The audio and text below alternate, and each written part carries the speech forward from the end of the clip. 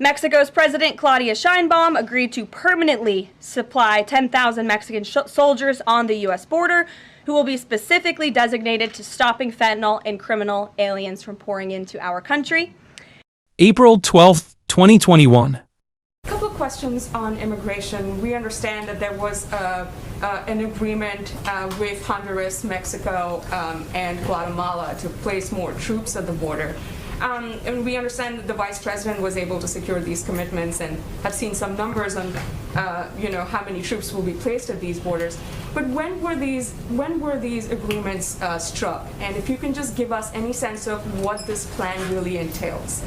Well, there have been a series of bilateral discussions between our leadership and the regional governments of Mexico, Honduras, and Guatemala. Through those discussions, there was a commitment, as you mentioned, to increase border security. So Mexico made the decision to maintain 10,000 troops at its southern border, resulting in twice as many daily migrant interdictions. Guatemala surged 1,500 police and military personnel to its southern border with Honduras and agreed to set up 12 checkpoints along the migratory route. Honduras surged 7,000 police and military to disperse a large contingent of migrants. As with any diplomatic discussion, these discussions happen at several levels. And certainly, as you know, we have an envoy who has discussions with the region. We've had Roberta Jacobson working for a period of time to help have these discussions with the region about what steps can be taken to help reduce the number of migrants who are coming to the U.S.-Mexico border.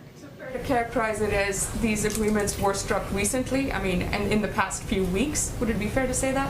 I think that's fair to say, but I would also say that often these discussions are ongoing over a period of time and take place at several levels of the government, both here and within these countries. And is the plan to sort of apprehend these migrants who are trying to cross the border, or sort of as they're already on their way to the United States, is the plan to sort of, stop them there? How will this work? You'd have to speak with these countries about how they will be implementing. I think the objective is to make it more difficult to make the journey and make crossing the borders more difficult. Okay. Thank you.